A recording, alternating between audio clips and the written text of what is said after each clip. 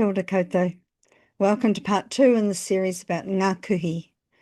In this video, we'll be looking at Pīmua in detail, and I'll be giving you some examples of how each of these Pīmua affects the base word.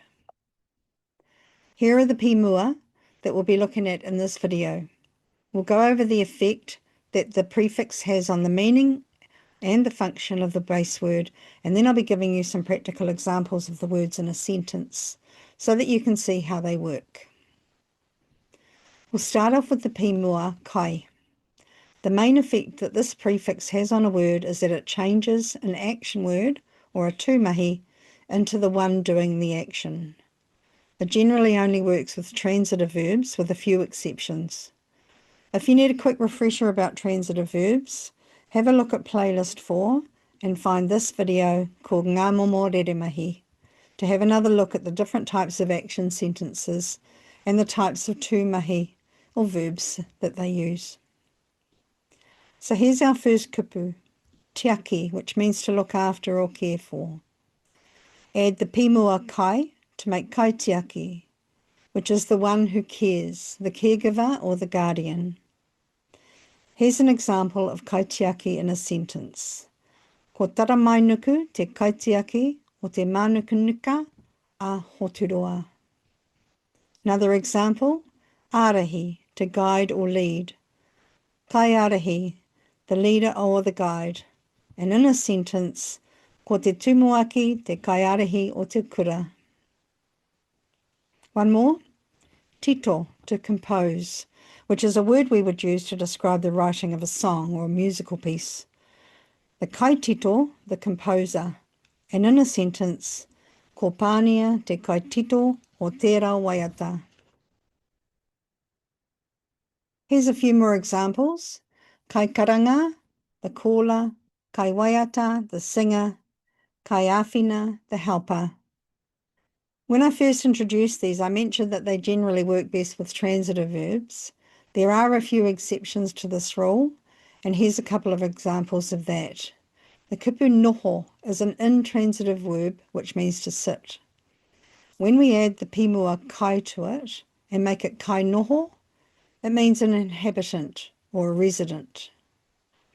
The kupu kōrero is another example of an intransitive verb, which means to speak. A kai kōrero is a speaker, a person who speaks. The next Pīmua I want to show you is whaka. This is a prefix that essentially means to cause something to happen, to make it happen, or cause it to be. I'll give you an example to show you what I mean. Let's start with the word tika, which is a describing word that means correct or right. When we add our Pīmua whaka to it, it now means to make something right or to correct it. Here's our sentence example. I whakatika au i ngā hapa i tāku tuhingaroa. Here's another example. Ingoa is the name of something. When we add whaka to make it whakaingoa, it means to give something or someone a name.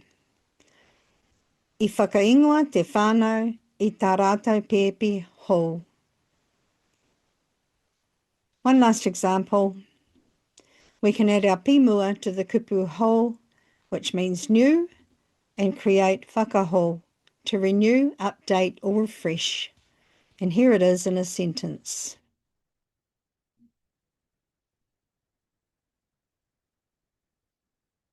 Here's a few more examples using the Pīmua whaka. Nui becomes whakanui, to enlarge or make larger. It can also mean to celebrate, which makes sense because it's about making a big deal of an achievement or an occasion. Pai becomes whakapai, to make good or tidy up. Whakatūwhera, to open. Whakariri, to make ready or prepare. And whakaheke, literally to cause something to descend, to reduce or lower.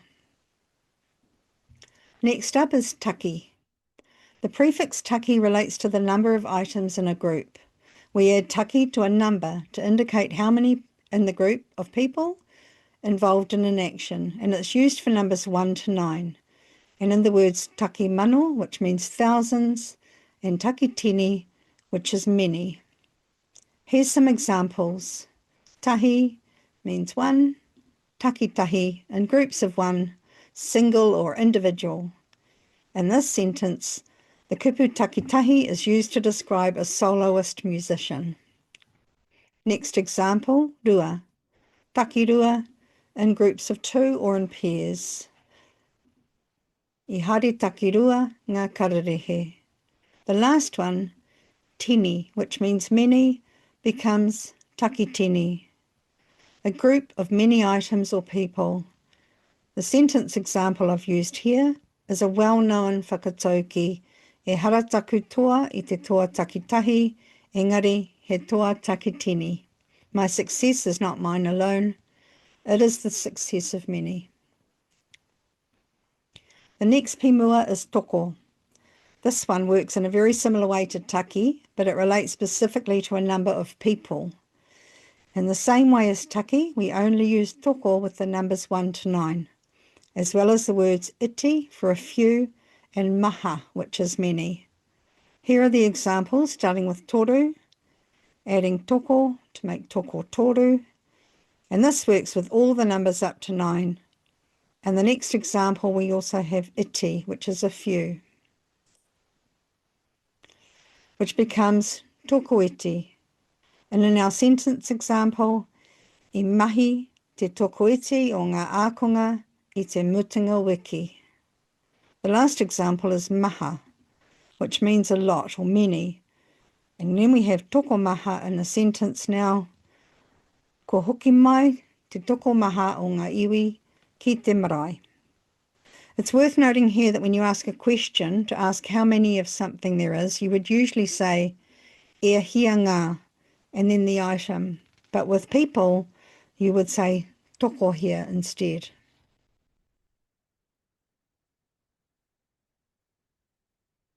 Our last Pīmua is tua. This one is used also with numbers, but this time it's used to indicate the order of things. These are called ordinal numbers.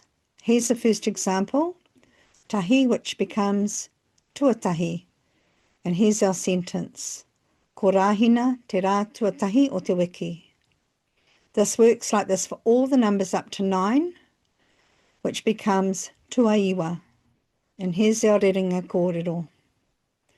Unlike taki and toko, we can use tua in ordinals up to 19 by using the kupu ngāhuru, which is another kupu for 10.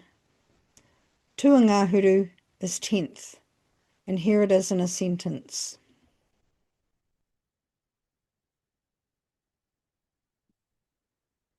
When we want to place things in order beyond the 10th item, for 11, for example, we use tua, ngāhuru, and then mā tahi.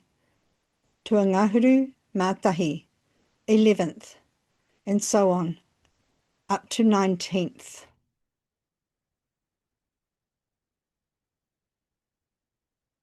So there you have it. 5 of the most commonly used Pīmua in te reo Māori. When you add a prefix to a word, it changes its function and the way it works in a sentence. In the next video, we'll be looking at those kuhi that get added to the end of the word, pīmuri or suffixes. I hope you're able to join me as we explore the next set of ngā kuhi. E mihi ana, kia koutou katoa. Hei konā.